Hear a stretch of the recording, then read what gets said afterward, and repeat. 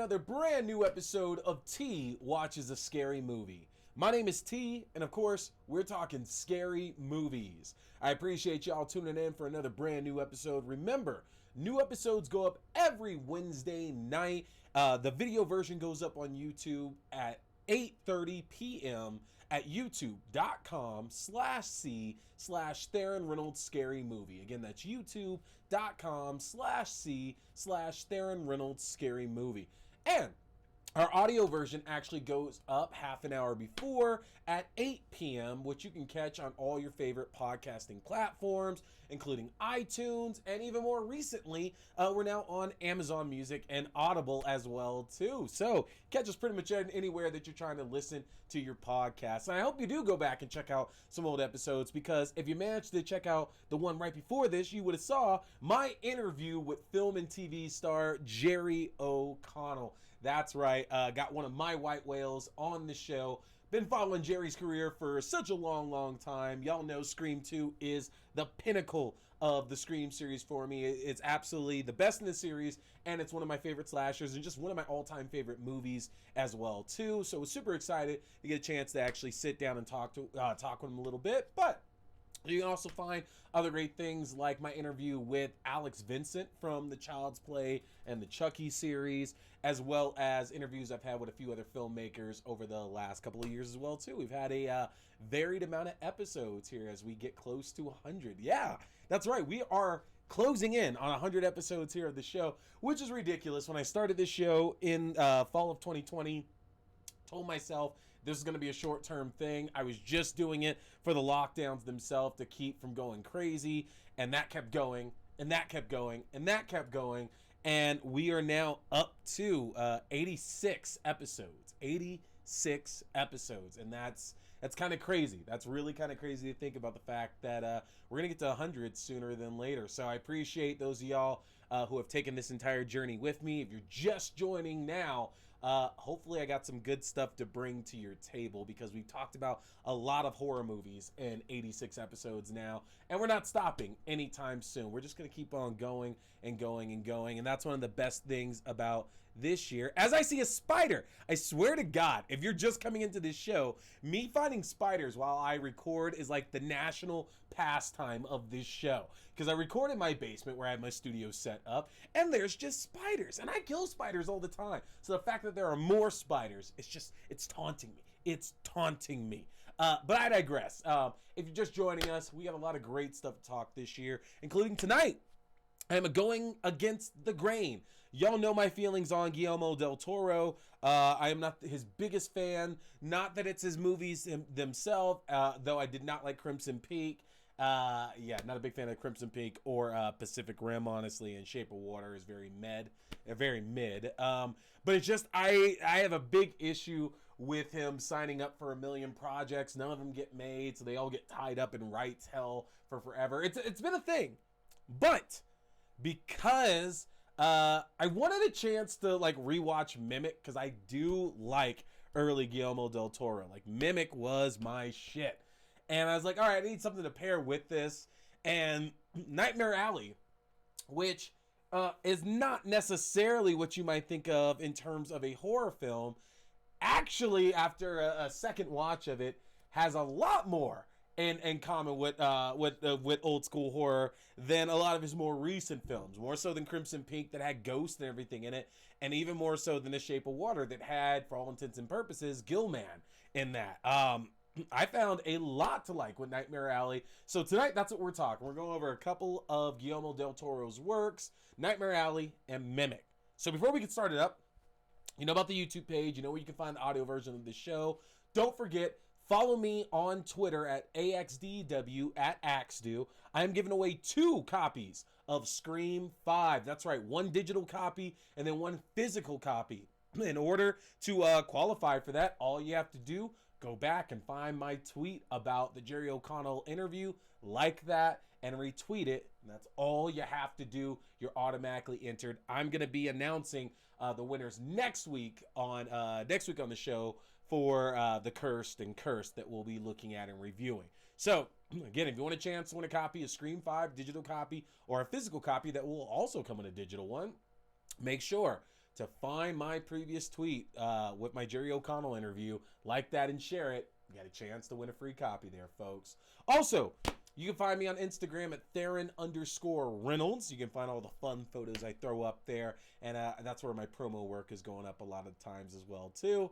Yeah, follow me on all the social media channels. And, of course, find us on Facebook at facebook.com/groups/T Scary Movie. Again, facebook.com/groups/T Scary Movie. You can join up with our watch parties from there. You can find written reviews that I do. You can find breaking news that I put out. And you can just have fun chatting with me and everybody else there in the group as well. So, different ways to connect with us here on T Watches a Scary Movie. But it is time to just jump right into it because, yeah, I got a lot to say here. I got a lot to say about these. So we're going to start with Nightmare Alley. Now, remember, rule of the show, 10 years for spoilers, all right? Twitter is one thing, but while we're on the show there, I'm always going to do my damnedest to make sure I'm not spoiling anything that has been out less than 10 years, so you get a chance to actually enjoy it, or it might just be a spoil-heavy episode like we did with Scream 5, me and my good friend Eric Brady. But we're not going to spoil Nightmare Alley.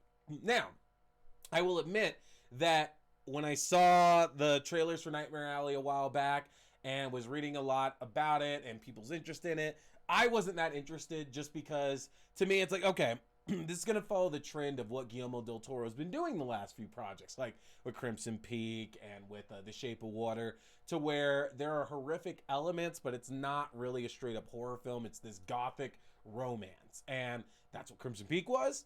That's what The Shape of Water was. And to an extent, that's kind of what Nightmare Alley is, but we're going to circle back around to that because after my second viewing of Nightmare Alley, I've decided firmly what I feel this movie is evoking for sure. Nightmare Alley tells the story of Bradley Cooper Stan, who, when we meet him, he's in the process of burning a body and just getting out of town. And we don't know that much about him. There's a lot of misconceptions and preconceived notions we could probably make, given the time period, given it's Bradley Cooper, given like what he looks like and everything. But either way, Stan finds himself beginning to work for a local circus. He manages to work his way up from doing work of dismantling the circus tents themselves to help catching one of the circus performers to eventually actually being a part of a number of acts in it. And as we see Stan continually work himself up, it's interesting because we look at this character and we think, man, like this is an ambitious guy, and it's a smart guy as well too. He's going to end up one day, you know, owning this circus. He's going to be the one that's running it all. And there's a cast of characters in this very, very colorful circus, which is one of the best things about this movie is that Guillermo del Toro really does bring alive this old school vibe that Nightmare Alley is bringing us back from, like, you know, the 30s or 40s basically. And this circus itself is a character. You know, we have the mentalist there. We have the strongest man in the world. We have the smallest man in the world. We have the snake man. We have the girl who can run 1,000,000 watts of electricity through her body. They have so many acts there. And we kind of see as Bradley Cooper's character takes in all of these and just gets to understand what life is like living in the circus. Nobody cares what you did or where you came from. We're a family here, and everybody takes care of each other. It doesn't work if you're not doing that. If everybody's looking out for number one, then this can't work. And that lies the problem with Stan, is that we slowly start to learn about his character is that Stan is missing something. Stan is missing a piece of him that completes like his desires, that completes what he wants on this planet. And he keeps trying to fill that with one thing after another, and his desires keep growing because he's ambitious, as I already said, and he just wants more and more and more. So as he starts out taking down the circus tent to helping the owner, who played by Willem Dafoe, catch their geek. Geek is a circus performer who bites the heads off chickens and drinks their blood. It's an old-time practice, obviously not in modern circuses, which really aren't that big of a thing anymore either way. But he helps to capture the geek that's employed by the circus. He eventually becomes part of the Mentalist Act. He eventually becomes part of the Electric Girls Act. And he keeps building himself up and up as he keeps trying to upgrade this circus and upgrade the performers and certain acts within it. And he's even told by multiple people, that there's a cloud about him, that there's something wrong with him, that he's a maybe, and that maybes are bad. Maybes are bad news, basically. And that other characters just have this bad sense about him as well. And what's so interesting about that is that the movie purposely chooses to kind of leave us wondering about Stan and his motivations, at least through the first half of that film. We're very, very much on Stan's side. We're very much backing him. He's clearly our protagonist here. We want to see him succeed. It's like, okay, of course, you're going to be the guy who's going to learn all these tricks from the circus, and then you're going to get your own act within it, and eventually you're probably going to leave because, as you've been telling a couple of characters, you're better than that, and that they could be better than that as well, too. And it still endears us to Stan because we know, given the trajectory of bad things that happen in the first half of this film, with a number of characters dying and cruelty being placed upon a number of characters as well too, we know that this is probably not going to end well for Stan. But we still like to see him building himself up and getting into something grander and greater than just the circus. And it's both a delight and it also is a punishment because, again, such a lively environment, such a great setting for the first, the first quarter, the first half of this film itself, because it really is a character amongst the whole cast that's in this, being at this circus. And something that kind of stood out to me as we see both Stan and these other characters in these storylines progress throughout the film is that part of the early part where Stan is trying to chase down and help them find the geek of the circus, he ends up in a fun house. And this fun house very clearly outlines like the 7 deadly sins, and like the devil and evil and lust and greed are very much pointed out.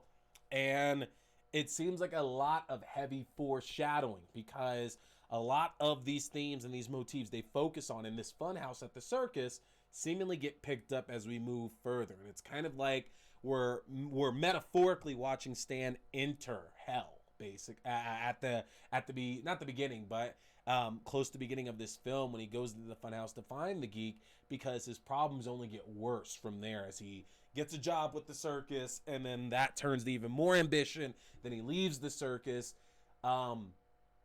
Things just start taking a turn for worse. And one of the most valuable lessons that Stan was imparted to from these circus performers is that as a job of a mentalist, you don't want to do a spook show. Like, their job basically is to find easy marks, pick up telltale signs, and play a crowd. Like, you can guess certain things, you can pull secrets out that there's no way you would have known there unless you're picking up on these minor details about these characters coming to your shows. You have an assistant. They can help you identify things and pick up certain traits about these marks as well too. But again, Stan is told, you never want to get too close about it. Surface level things that you can easily pick up, put out there, and move on. Because if you linger, that's how folks get caught. That's how people see through the mystery, see through the lie. And this begins the start of Stan's hubris, is that Stan starts to begin to think that he's the smartest one in the room, and that he's infallible, and that no matter what, he can keep up a mystery about him. On the other hand, one of the other things we're led to in this circus is the treatment of this of the certain part of the circus, this performer called the Geek, who, as I mentioned, is there to bite the heads off chickens and drink their blood. But as it's brought to his attention, usually the role of a geek is somebody who actually doesn't want the job, has no desire to be there at all. Typically it's somebody that's an alcoholic. They're down on their luck. They're running from something. They need help in the least bit, and they're promised the bright lights and the offer of a temporary job until they can move into something else. But in reality, they're being tricked, and kind of going a modern theme, they're being trafficked to offer something more to this circus. And it's a very important and it's a very vital lesson that's brought upon Stan again towards the beginning of this film of, it's a cautionary tale that these things that happen to people who, just don't go anywhere in life, or they make the wrong decisions in life, something bad that puts them there. So Stan leaves the circus, and he doesn't leave the circus alone, which is obviously something we can guess given this cast and everything. But Stan leaves with Molly Cahill, who is the electric girl from the circus, and they begin their own act where Stan as a mentalist and Molly as his assistant puts on shows for the wealthy elite of New York. And Stan, as we can tell, has gotten a bit jaded over the course of doing a number of these shows. He's become kind of the asshole. He's no longer this dreamer that just wants to get better and wants these opportunities. Now it's a case of everything is just not good enough for Stan. There's always going to be something better. And that leads him into the employ of a couple of powerful, rich men who are looking for connections to the afterlife. And this is where Stan's troubles really start from there. Now, the horror of this movie comes a lot from the brutality of men. What men will do to get what they want and what they will do to keep things a secret. And as we see the progression of this, not only with Stan, but with other characters in this film, and things proceed to get worse and worse and worse, there's just this feeling of this is not going to work out for anybody involved by the time this is all said and done. And that's one of the best things about this film, is that Guillermo del Toro knows really how to build that despair and build that sense of overwhelming dread that's coming, that you can't shake the feeling that this is not going to work out, and that we're watching Stan along with Molly kind of forcibly trying to move up and up and up and up and up, but there's too much hubris, there's too much wanting, there's too much desire there, that we know at some point it all has to come crashing down. And that puts Stan and Molly in the employ of a very rich and powerful and unfortunately evil man, Ezra Grindle, played by Richard Jenkins, who needs Stan's help to communicate with the figure from his past.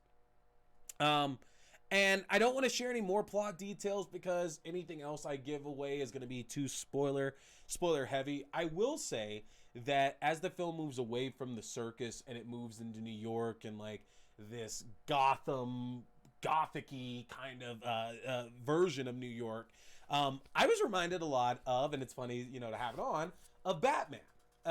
There's a lot about the world that Stan and Molly escaped to from the circus that seems very, very reminiscent of old Batman comics, or even like the first two or three Batman films, actually, to where, again, New York itself, we don't see much of New York, but it's weird that the bits and pieces that we do of the city, of the settings, of the characters walking all through it, it really does for some reason come off as like this old school Batman movie for some reason. A very mean and unforgiving Batman movie, but one nevertheless.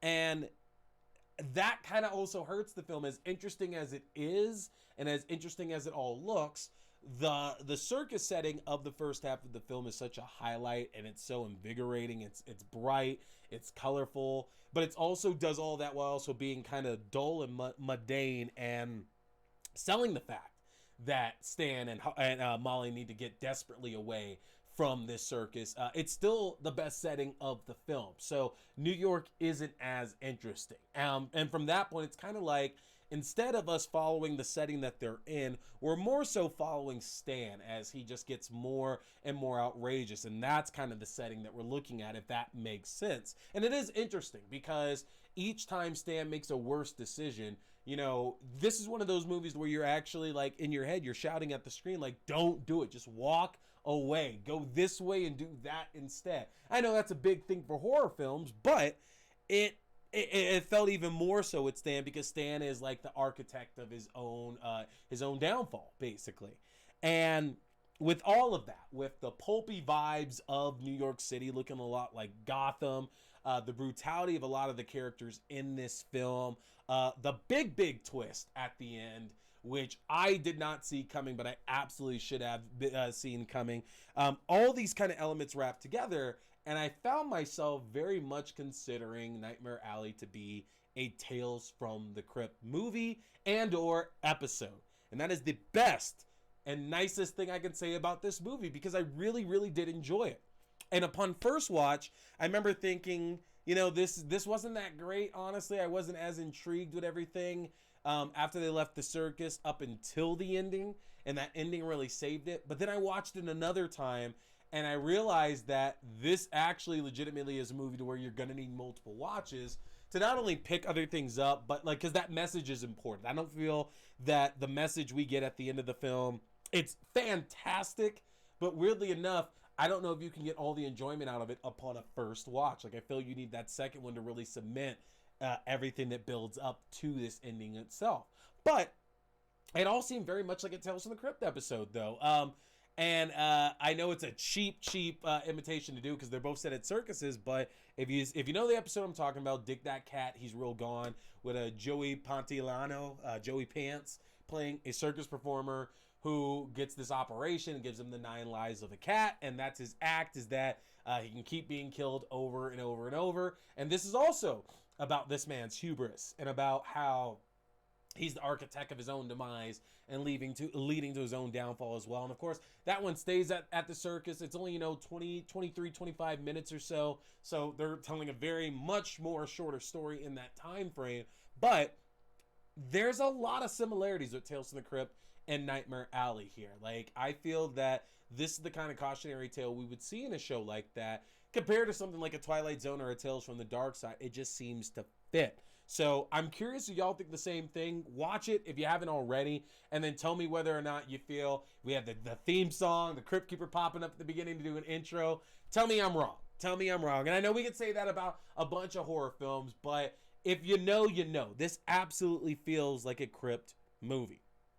I enjoyed this one a lot, and that is saying a heck of a lot right now about Guillermo del Toro, because again, y'all know I am not the biggest fan in the world, and yet and still, I really, really enjoyed this movie quite a bit. Cannot recommend it enough. There are not a lot of scares in here, so let me just be clear on that. If you are watching this, there aren't going to be jump scares or anything that are going to pop out and freak you out. But overall, I do feel that you can leave this movie feeling like you just got to have a good horror experience if you were to check this one out. So, Nightmare Alley, give it a watch. It's a fantastic film, and definitely one of the only Guillermo del Toro movies I have liked in recent memory. And with that, we're going to change gears over to Mimic. So, like Scream 2, I lived in Australia for a few years, and I got to see a lot of horror movies in Australia when I was there, and one of those movies was Mimic.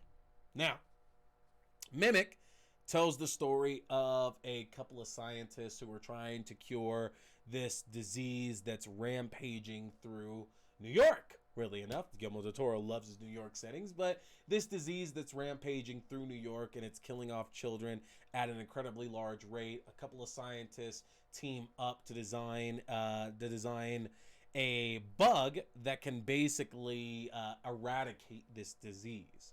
Problem is that after a few years, this bug has evolved, and it has slowly started to become a killer of other sorts, as in a physical killer, because it's a now giant mutated set of bugs.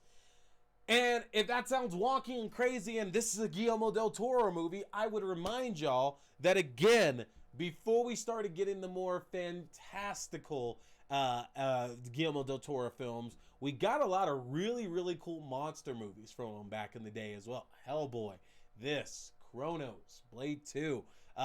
That's what the man, absolutely excels at. And again, I get you got to change your shit up there. This is just the way that I used to love Guillermo del Toro. And Mimic had so much in it that I was interested in. Like, Mira Sorvino was just coming off Romy and Michelle's high school reunion. So, again, it's like, cool, all right, I'll watch anything Mira Sorvino's in. Josh Brolin was in it, and that is, not long after I had found The Goonies, and it became one of my favorite films. So I wanted to see anything any of the Goonies were in that were not Goonies roles. And so, yeah, Josh Brolin's going to do this giant bug movie. I'm in on that as well, too. And then, of course, Charles S. Dutton, who I loved in Alien 3 and Rock. I was like, all right, there's a lot of good elements here for this to work. Now, as a kid, I can remember 100% not giving a shit about Strickler's disease, which is the name of this disease they make up for the movie that's killing all these kids. I didn't care about that early part because none of that really made sense. Like, I understood these scientists did something and it was about cockroaches, and now these cockroaches are evolved years later, and now they're coming back and killing people in the subways. That's all I needed. I didn't need to know about the early part. But it is interesting, though, as an adult going back and watching the early part of this movie, because it's such a small part of this film, honestly. And I know that's the way a lot of horror movie setups work, is that it has nothing at all to do with that. But this film really just said, yeah, fuck it, we'll give you the little bit of this story, and then we're never ever going back to it. And that's not to say good or bad one way or the other. Guillermo del Toro, along with Matthew Robbins, wrote this script. So obviously, the director had a heavy hand in what was going to happen on screen. And I don't know. I actually enjoyed the fact that we didn't have to really go back to it, because I didn't want to hear all this random science and everything like that throughout the film. Like, you can sum it up to us in just a few sentences, because I know we're watching a monster movie, and they do. I mean, they basically say, look, these are these cockroaches that we developed to cure this disease. It's been years at this point. They have evolved. Like, they've had millions of years of evolution in a short period of time, to where now they are human-sized and killing humans that happen to stumble upon them in certain places. And our scientists who designed them in the first place basically are back to stop this, not invasion, but this possible invasion of these Judas breed cockroaches. Which I guess is it a cockroach? I guess like a praying mantis and something else, right? Yeah, I think it's a praying mantis, I want to say, actually. And that's your movie. That's your movie there, because we're going to spend most of the time in the subways of Manhattan with these characters trying to escape for their lives. Now, the design of these creatures. This is before, I say creatures, but I'm going to go with a word with it, creeper. Like Jeepers Creepers. Y'all remember the creeper in Jeepers Creepers. This big-ass monster's got wings, all these sharp-ass teeth, sharp claws on his fingers and everything, got the wings and stuff. Like, basically a giant bug as it is there. And what's interesting is that Mimic came out only, I want to say, a year, maybe 2 years prior to Jeepers Creepers. And I think it was only one. But it came out before Jeepers Creepers.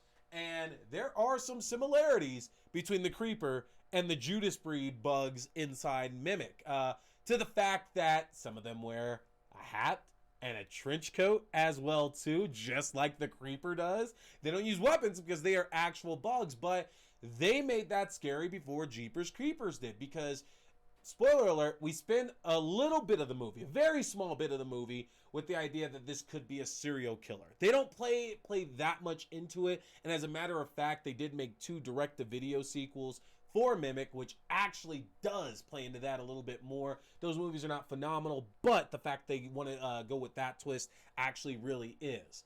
But we get through the idea that these could be human pretty quickly, and we do figure out that these are bugs, and not only that these are, again, they have no conscience. They are just bugs here, because the choice of victims throughout the film lets you know that there is no consideration. There is no thought process there. They are just bugs going about and murdering things, and murder they do. One of the best things about this film, not necessarily the death scenes, but just how brutal and bloody and mean these bugs are when they're attacking people, because they don't give a fuck. And they have all these sharp-ass pincers and claws and everything, and they're just tearing folks completely the fuck up. And what's cool about it as well is that it does give a chance for to see different characters actually do a little bit of shining, because even our lead, Mira Sorvino is our lead for sure. Outside of the Replacement Killers, y'all remember that one? Replacement Killers was dope as hell with Chow Yun-Fat. Yeah, I think with Chow Yun-Fat. Outside of that, Mira Sorvino hasn't really done a lot of these action-y, action-heavy roles like this. So it actually kind of fit her really perfectly. She portrays fear fantastically. You love rooting for her as she's trying to get away from all these bugs and save, the rest of the people around her as well. But then Charles S. Dutton, who got to shine really well in Alien 3, which is a really good movie, honestly. I do recommend Alien 3 whenever I can. But he gets another chance to shine as well, too. And I love the fact, and I'm sure there's more if I go back and look there, but, you know, that's another prominent black figure in horror, because he got to do the stand-up thing for Ripley in Alien 3, and he kind of gets to do the stand-up thing for the cast of characters of Mimic as well, too. Not necessarily spoiling anything, but Charles is a stand-up guy in horror films. It very much seems like it. I already talked about, I love the design of the bugs. The death scenes themselves, while not overly gory, again, are brutal and they're mean. And so it gives us a creature and a villain to kind of root for, because you want to see all the different ways this creature is going to get somebody, or that it could potentially be stopped. And then even more of a bonus to it is that there are multiples of this creature as well. So it's not just one versus this group. There are a lot of these bugs in the subway. So even if the group does kill one or two, there always could be another one around the corner waiting to get them then. It does not have the nuanced dialogue of a lot of Del Toro films, like following this up, but you can definitely see some of the signs of the great filmmaker that he would become. And whether I like Guillermo del Toro's films or not, that's a personal preference. I can't say the man is a bad filmmaker, because he's not a bad filmmaker. Me not liking some of his movies doesn't mean he's a terrible filmmaker, because that would be asinine to say things like Pacific Rim and things like Crimson Peak are just terrible movies. They are beautiful, beautifully shot movies, beautifully written movies. They're just not for me. And you can see some of the earlier traits that we get to know him for in Mimic, especially going from something like Mimic to Nightmare Alley. There are even small similarities between these two films as well. But it's absolutely one that you're going to enjoy if you're looking for a monster movie, but not even elevated. I don't like using elevated horror. Scream 5 made me feel bad about using that term.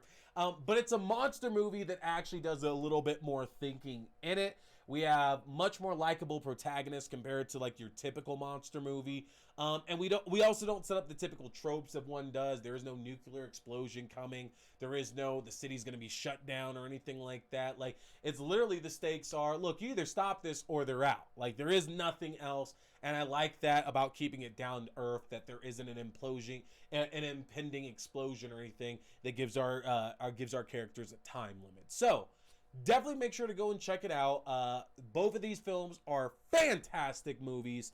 And again, that is saying quite a lot from me, who is not typically the Guillermo del Toro guy. I tend to fight against recommendations a lot of times for his stuff, and a lot of times that works out against me as well too when I really stop and think about it. But they're both on HBO Max. You can check out Nightmare Alley and Mimic on HBO Max right now. So if you have that service, it's not going to cost you $1 to go and watch either of these movies. Go and check them out. And let me know how you feel about Guillermo del Toro. What do you think about Blade 2, which is the best Blade film? I'll give that to him.